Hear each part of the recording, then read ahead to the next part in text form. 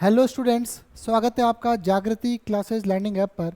तो प्यारे बच्चों, हम पढ़ रहे थे ट्वेल्थ फिजिक्स का चौथा चैप्टर जो था संधारित्र या विद्युत धारिता। चैप्टर का नाम था। तो पिछली क्लास में हमने क्या देखा था? तो पिछली क्लास में अगर अपन देखें तो पिछली क्लास में हमने संधारित्र की धारिता में समांतर प्लेट संधारित्र का एक सूत्र देखा था, C बराबर एप्सिलॉन नॉट के ए बटा डी। तो अपन ने कहा था कि जैसे जैसे प्लेटों के बीच की दूरी घटेगी, जैसे जैसे प्लेटों के बीच की दूरी घटेगी, C बढ़ेगा। क्लियर? D घटेगा, C बढ़ेगा, A बढ़ेगा तो C बढ़ेगा, और K बढ़ेगा तो भी C बढ़ेगा। मतलब माध्यम की धारिता जितनी ज़्यादा होगी, C उतना ही ज़्यादा होगा। तो यदि अपन बात करें, यहीं से एक सवाल उठाते हैं कि यदि दो प्लेटों के मध्य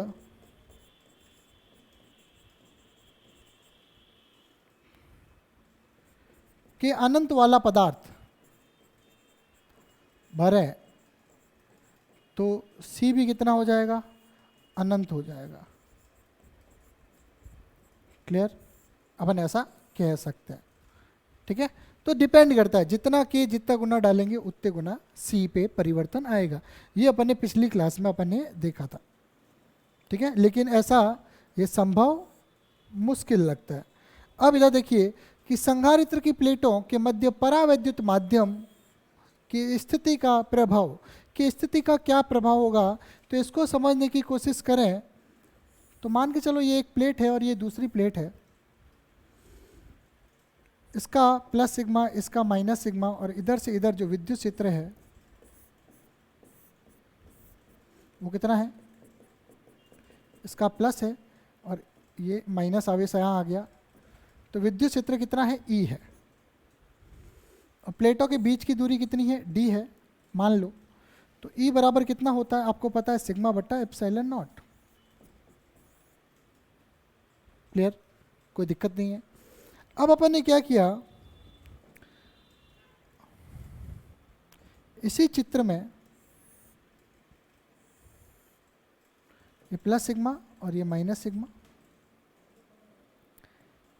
एक परावैद्युत पदार्थ भर दिया जाता है। पूरा क्या किया अपन ने? एक परावैद्युत पदार्थ भर दिया। अब क्या हुआ सुनना, यहां पे था प्लस,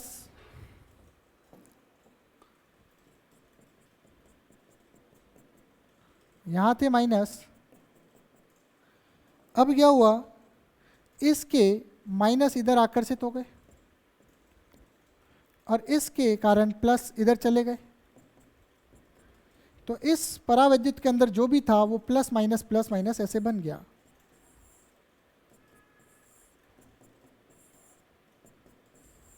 क्या हो गया? ध्रुवण हो गया, ये मान लो आप।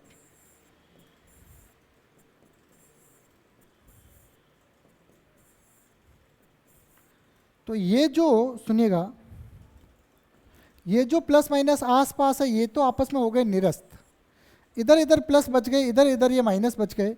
तो जो इधर इधर प्लस बचे इसको मैंने बोला सिग्मा P प्लस का, और ये माइनस वाले इधर आ गए, इसको मैंने बोला माइनस का सिग्मा P। और विद्युत क्षेत्र की जो अब जो दिशा होगी इसके अंदर वो इधर होगी, वो हो जाएगी EP। कितनी हो जाएगी? EP। पहले विद्युत क्षेत्र कितना था? E था इस दिशा में। अब विद्युत क्षेत्र कितना हो गया? EP इस दिशा में। इस EP का मान जो है कितना होगा?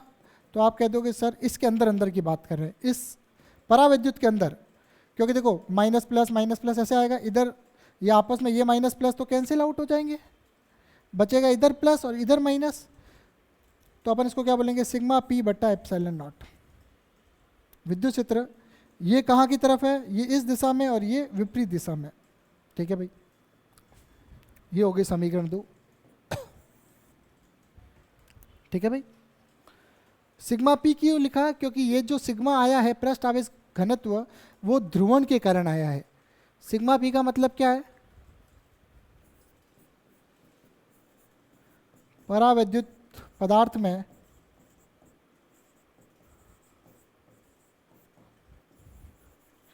ध्रुवण के कारण पृष्ठ आवेश घनत्व। किसके कारण भाई? ध्रुवण के कारण। ध्रुव बन गए। क्या बन गए? इधर प्लस ध्रुव आ गए, इधर माइनस ध्रुव आ गए, तो ध्रुवण के कारण। सिग्मा पहला समीकरण हो गया, दूसरा समीकरण हो गया। अब बात करें कि ई नेट कितना होगा। अब प्लेटों के मध्य परिणामी विद्युत क्षेत्र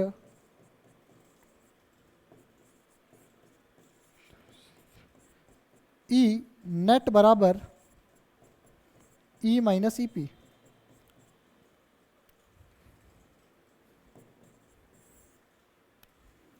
क्लियर भाई यहां तक?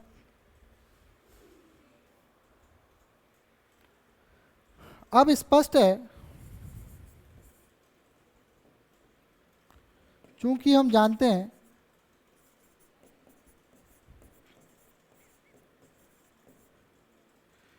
कि परावैद्युत पदार्थ बढ़ने पर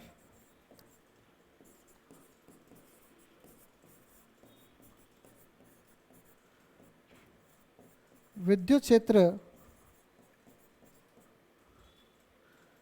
ई बटा के हो जाता है। अतः समीकरण 3 से तो अपने को पता है कि ये इतना होगा, और अपने को प्रयोगों से ये पता है कि ई बटा के हो जाता है। तो ई नेट को मैं लिख सकता हूं ई बटा के।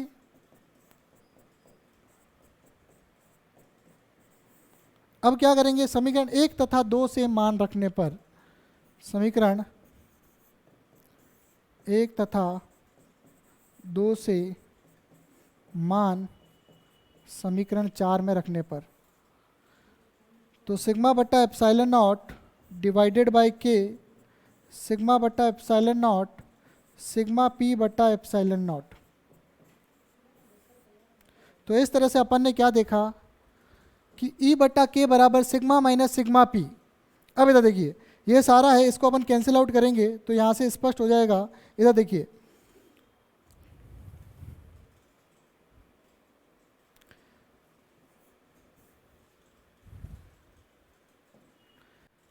सिग्मा अपॉन एप्सिलॉन नॉट के बराबर sigma upon epsilon not minus sigma P upon epsilon not. तो यहाँ से एप्सिलॉन एप्सिलॉन एप्सिलॉन कैंसिल हो जाएगा, तो sigma upon k equals to sigma minus sigma p. अब सिग्मा पी की वैल्यू अपने को यहाँ से निकालनी है, तो इधर आ जाइए।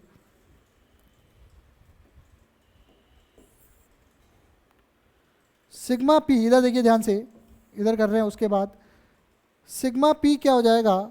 Sigma upon k plus sigma.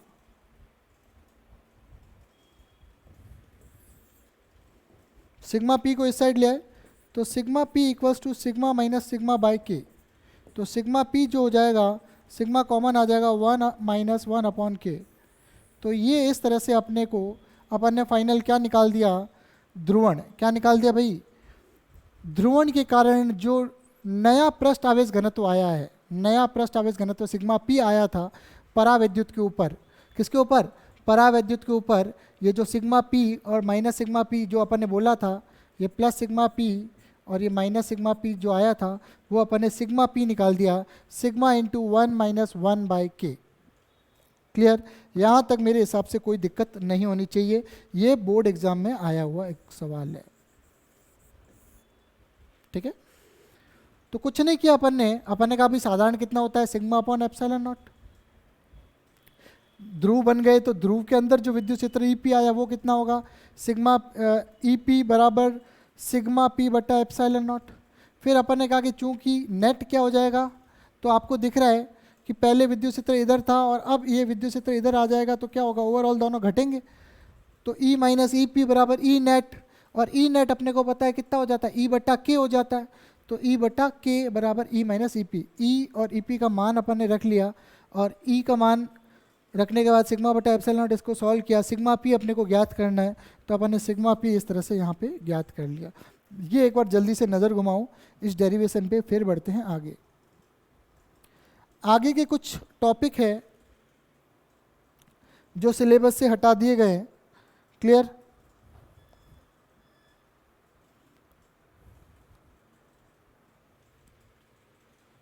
Topic हटा दिए गए, लेकिन उसका सूत्र मैं जरूर आपको कराऊंगा।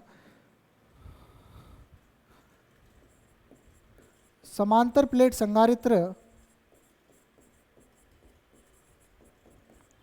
की धारिता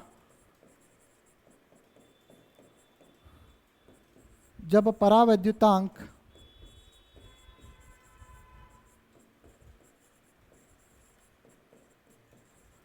आंशिकतः भरा हो। ये सवाल डेरिवेशन इसका सिलेबस से हटा दिया गया है, लेकिन जो सवाल आएगा वो ध्यान से देखिए। Epsilon not a upon D minus T plus T by के, जिसमें के परावैद्युतांक है और टी क्या है, प्लेट की परावैद्युतांक की मोटाई है। तो ये सूत्र है सी बराबर epsilon naught into A divided by D minus T plus T by के। ये सूत्र याद रखना, ये बहुत काम का सूत्र है। यहाँ तक एक बार देखो, फिर अपन बढ़ते हैं आगे। अब अगला टॉपिक पढ़ेंगे गोलीय संधारित्र की धारिता। अगला टॉपिक पढ़ेंगे गोलीय संधारित्र की धारिता। जल्दी से इस सूत्र को याद करिए।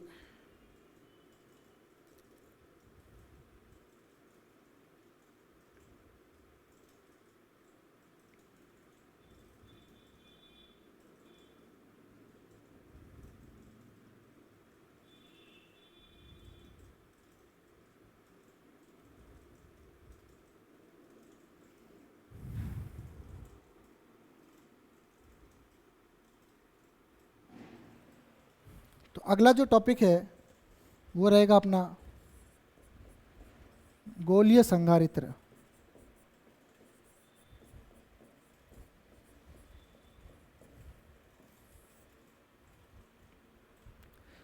स्फेरिकल कैपेसिटर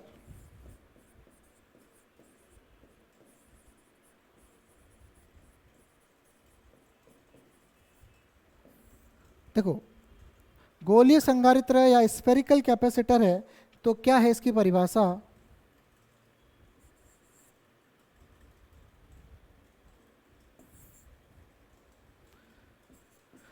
समान तथा विपरीत प्रकृति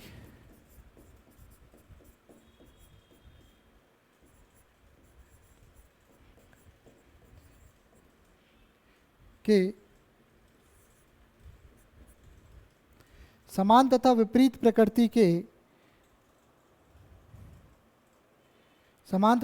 प्रकृति के आवेश। देखो, समान तथा विपरीत प्रकृति का आवेश तो आपको चाहिए, तो समान तथा विपरीत प्रकृति के आवेश से युक्त लगभग समान त्रिज्या के दो खोखले गोले। कैसे गोले भाई? दो खोखले गोले या चालक गोले, त्रिज्या के दो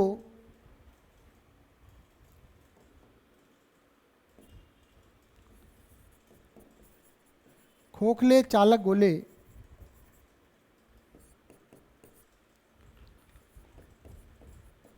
से बनी युक्ति क्या होती है भाई? परिभाषा याद करो।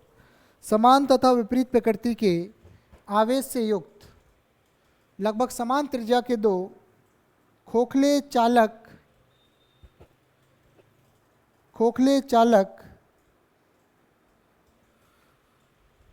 सकेंद्रीय, ये वर्ड लिख लेना, सकेंद्रीय गोलों से बनी युक्ति को क्या कहते हैं? गोलीय संधारित्र कहते हैं।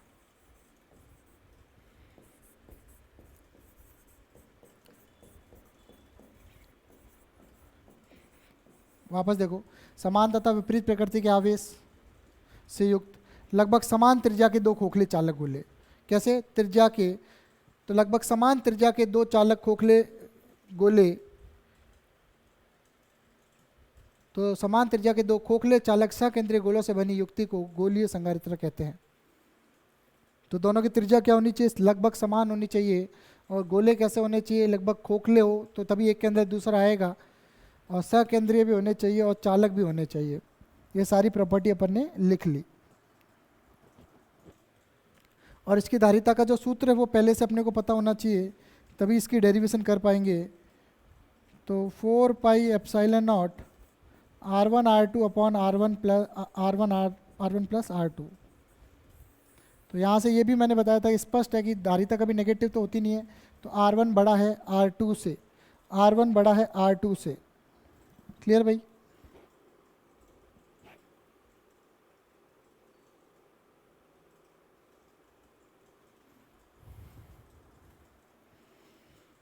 अब ध्यान से देखिएगा, बहुत ही काम की चीज़ है, इंपॉर्टेंट डेरिवेशन है।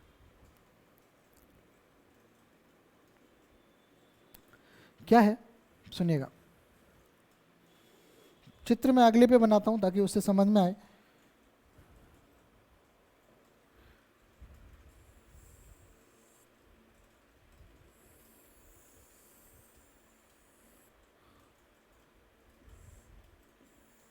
R1 बड़ा है, R2 छोटा है, ये 1 हो गया, ये 2 हो गया। अब अंदर वाले को क्या करते हैं, माइनस क्यू आवेश देते हैं। तो यहाँ पे क्या आ जाएगा,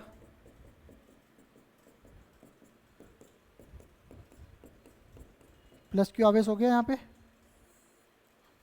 तो बाहर भी क्या आ गया, माइनस आवेश आ गया। ठीक है, अब ध्यान से देखिएगा, बाहर ये माइनस आवेश आ गया, तो बाहर माइनस क्यू आवेश आ गया। मैंने बाहर वाले को क्या कर दिया, ग्राउंड कर दिया। तो ये माइनस आवेश जो है सारा का सारा कहाँ चला गया, जमीन में चला गया। ठीक है, अब देखो ध्यान से चित्र को, मैंने क्या किया, दो गोले लिए, बड़ा वाला R1 छोटा वाला R2। ठीक है भाई, अब मैंने क्या किया, अंदर वाले को माइनस क्यू आवेश दिया। तो माइनस क्यू आवेश इसकी सतह पर फैल गया क्योंकि ये चालक है। ठीक है भाई, यहाँ आया तो प्रेरण के कारण, किसके कारण, प्रेरण के कारण क्या हुआ, उधर सारा प्लस प्लस प्लस आ गए। ठीक है भाई, प्लस आए तो माइनस बाहर आ गए। जैसे माइनस आवेश बाहर आए, बाहर वाले को क्या कर दिया, भू संपर्कित।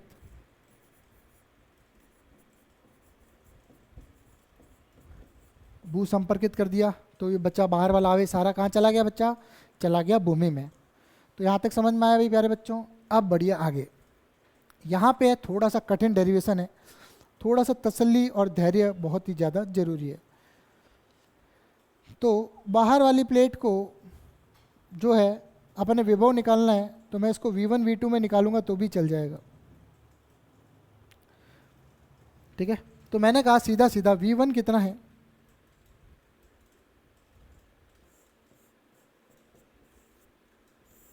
V1 है 0, भू संपर्कित है तो इस प्लेट का विभव तो हो गया 0। अब बात करते हैं अंदर वाले की विभव की। तो मैं इसको कह रहा हूँ, फिर मैंने बड़ा वाला R1 था, मेरे सूत्र याद था। देखो मैंने सूत्र याद था तो मैंने ये पता कर लिया कि R2 ज़्यादा है। R2 ज़्यादा है तो बड़े वाले गोले की त्रिज्या मैंने मान ली R1 ज़्यादा है, तो बड़े वाले गोले की त्रिज्या मान ली मैंने R1, छोटे वाले की होगी R2। मैंने इसको गोला 1, इसको गोला 2 नाम दिया, और अंदर वाले गोले को माइनस क्यू आवेश दिया। माइनस क्यू आवेश दिया तो बाहर प्लस क्यू आ गया, और प्रेरण के कारण यहाँ प्लस क्यू आ गया और माइनस क्यू बाहर आ गया। ये माइनस क्यू जमीन के अंदर चला गया क्योंकि मैंने इसकी अर्थिंग कर रखी है, और ये अर्थिंग करी हुई है तो इस पूरी प्लेट का विभव जो है 0 पे मेंटेन रहेगा। क्लियर? अब आते हैं अंदर वाले V2 पे। ठीक है, R2 त्रिज्या के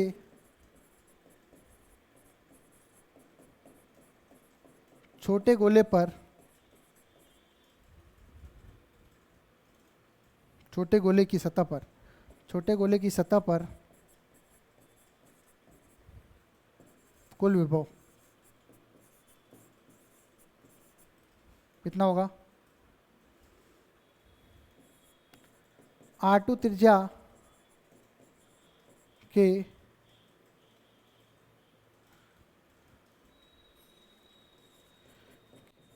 गोले की सतह पर स्वयं के कारण विभव प्लस R1 त्रिज्या के गोले के कारण R2 की सतह पर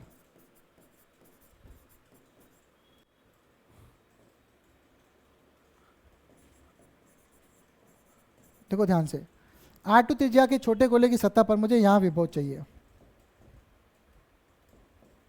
मुझे यहाँ पे विभव चाहिए, तो यहाँ पे जो विभव चाहिए वो एक तो स्वयं के कारण और एक बाहर वाले के कारण।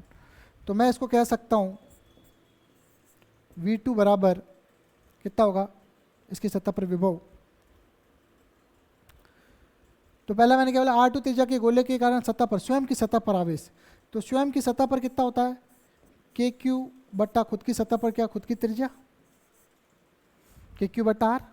स्वयं की सतह पर क्या होता है, KQ बट्टा स्वयं की त्रिज्या, KQ बट्टा R, प्लस बाहर वाले के कारण कितना होगा, KQ बट्टा बड़े वाले गोले के कारण उसकी सतह पर क्या होगा, KQ बट्टा R1, और वही उसके अंदर होता है। तो इसकी सतह पर विभव होना चाहिए KQ बट्टा R1, वही इस यहाँ पे आएगा, क्योंकि खोखले चालक गोले के सतह पर जो विभव होता है वही विभव अंदर होता है। खोखले चालक गोले में, सुनिएगा, खोखले चालक गोले में जो विभव सतह पर होता है वही विभव अंदर होगा। तो सतह पर विभव होना चाहिए था KQ बट्टा R1, कितना होना चाहिए था, KQ बट्टा R1। तो यही अंदर रहेगा इसकी सतह पर KQ बट्टा R1, लेकिन इसको भू संपर्कित किया है तो यहाँ पे विभव ये न रह के कितना रहेगा, 0। लेकिन अंदर विभव क्या आएगा, क्योंकि यहाँ तो गैप आ गया ना, हवा है यहाँ पे, निर्वात है, तो अंदर विभव जो होगा इस गोले के कारण वो कितना रहेगा, KQ बट्टा R1, KQ बट्टा R1। ठीक है, तो इस तरह से V2 जो है इस सतह पर विभव आएगा KQ, ये आ जाएगा आपका। तो ये आपका आंसर आ जाएगा, KQ कॉमन ले लिया तो 1/R2 माइनस 1/R1, यह आ जाएगा KQ R1 माइनस R2। अभी भी देखो R1 माइनस R2 यही अपने को चाहिए था, ये आ गया लगभग। ठीक है, तो ये आ गया V2। यहाँ तक अपने को दिक्कत नहीं है कोई। यहाँ तक आप ध्यान से देखो, V2 की सतह पर जो विभव है, V2 की सतह पर जो विभव है वो अपने को ज्ञात करना था, वो अपन ने ज्ञात कर लिया।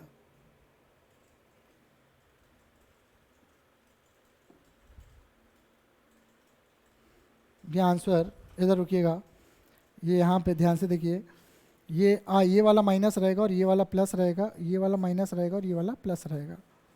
ठीक है, अब मतलब अपने को ये समझ में आ गया कि अपना आंसर तो R1 माइनस R2 था, तो यहाँ तो कुछ गड़बड़ हो रहा है।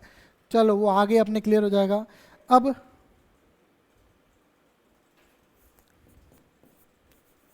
गोले A व B के मध्य विभवांतर, या गोले एक व दो बोल देते हैं इसको, गोले 1 व 2 के मध्य विभवांतर कितना हो जाएगा, तो V21 बराबर ये हो जाएगा V12 V1 माइनस V2। तो इसको नंबर दे दो, नंबर 1 ये हो गया, नंबर 2 ये हो गया, नंबर 3। मान रखने पर तो V12 जो है 1 और 2 के बीच का विभवांतर, 1 का तो है 0, 1 का है 0, और V2 कितना हो जाएगा, V2 हो जाएगा KQ minus R1 plus R2 बट्टा R1 प्लस R1 R2। तो इसको अगर माइनस से सेट करेंगे तो ये हो जाएगा R1 माइनस R2 बट्टा KQ, तो भूल ही गए KQ। अब ये R1 हो जाएगा क्योंकि माइनस है जस्ट आगे, तो ये प्लस का हो जाएगा और ये हो जाएगा माइनस का, और ये हो जाएगा R1 R2। यहाँ तक कोई दिक्कत नहीं है। तो V12 मैंने आपको पहले बोला था कि जब भी धारिता ज्ञात करेंगे तो पहले विभव पे फोकस करेंगे, विभव ज्ञात करना आना चाहिए। तो विभव ज्ञात करने के लिए अपन ने ये प्रक्रिया पूरी करी। तो मैंने क्या कहा, सुनिएगा ध्यान से, यहाँ तक हो गया। अब कुछ नहीं है, बिल्कुल आसान है, अब कोई दिक्कत वाली बात नहीं है। ये गोला है, ये बाहर गोला है, ये R1 है, ये R2 है। मैंने बाहर वाले को भू संपर्कित कर दिया, मतलब इस पे विभव V1 जो है मेंटेन है, कितना है, 0। तो हम लिख सकते हैं यहाँ पे बाह्य गोला भू संपर्कित है, अतः उस पर विभव सदैव 0 होगा, अर्थात V1 ऑलवेज 0। ठीक है, तो यहाँ तक अपन ने कर लिया। V12 का मान आ गया भाई KQ R1 minus R2 upon R1 R2। ठीक है भाई, पहले ये माइनस था तो ये माइनस आ गया, सेट किया, फिर 1 और 2 के मध्य विभव अंतर तो V12 V1 माइनस V2, आपको पता है VAB VA माइनस VB, ऐसे ही लिखते हैं अपन, याद है सापेक्षिक में भी अपन ऐसे लिखते थे VAB बराबर VA माइनस VB। क्लियर? तो V12 बराबर V1 माइनस V2, 1 कितना है V1 0, V2 का मान यहाँ रख दिया, माइनस चिन्ह है, ये माइनस ये प्लस हो गया, ये माइनस हो गया, ये अपने आ गया। अब आगे बढ़ के देखें तो अब संधारित्र की धारिता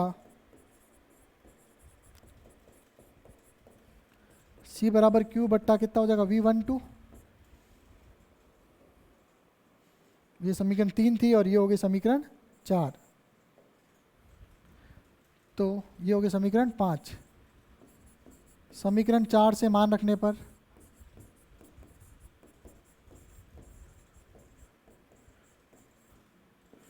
Q और V12 का मान कितना है KQ R1 माइनस R2 अपन R1 R2, ये काटा तो C कितना आ गया और ये ऊपर चला गया तो 4 पाई एप्सिलॉन नॉट, और ये हो जाएगा R1 R2 upon R1 minus R2, ये तो उल्टा हो गया, और K को लिख दिया ऊपर 1/4 पाई एप्सिलॉन नॉट।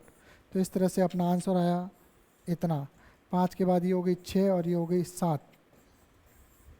तो पहले से स्पष्ट है, मैंने आपको पहले ये चीज़ बता दी थी कि ये आंसर ये आना चाहिए, C बराबर 4 pi epsilon not R1 R2 upon R1 minus R2। जल्दी से देखिए यहाँ तक।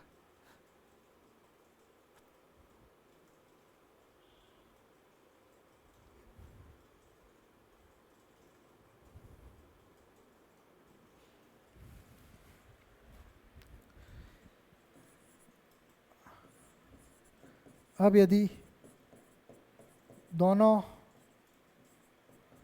गोलों के मध्य के परावैद्युतांक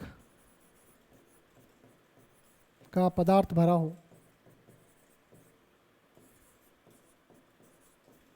तो क्या होगा? तो अब के परावैद्युतांक का पदार्थ भरेंगे तो ध्यान से देखिएगा, C बराबर 4 pi epsilon not R1 R2 upon R1 plus R2। वीमा चलो, वीमा से चेक करते हैं ये क्या सही है सर कैसे। तो देखो मैंने आपको कहा था के परावैद्युतांक ओ के साथ हमेशा के आता है, तो के परावैद्युतांक तो इधर आ गया, ठीक है भाई।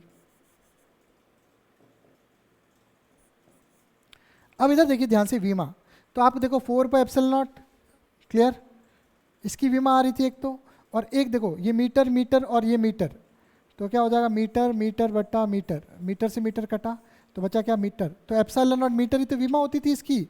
इससे पहले सी की वीमा कितनी आई थी 4 पाई एप्सिलॉन नॉट आर, तो वीमा कितनी थी सी की एप्सिलॉन नॉट इंटू आर, कितनी सी की वीमा याद रखो क्या होती है, सी की वीमा होती है epsilon naught into r, epsilon naught into r c की वीमा होती है।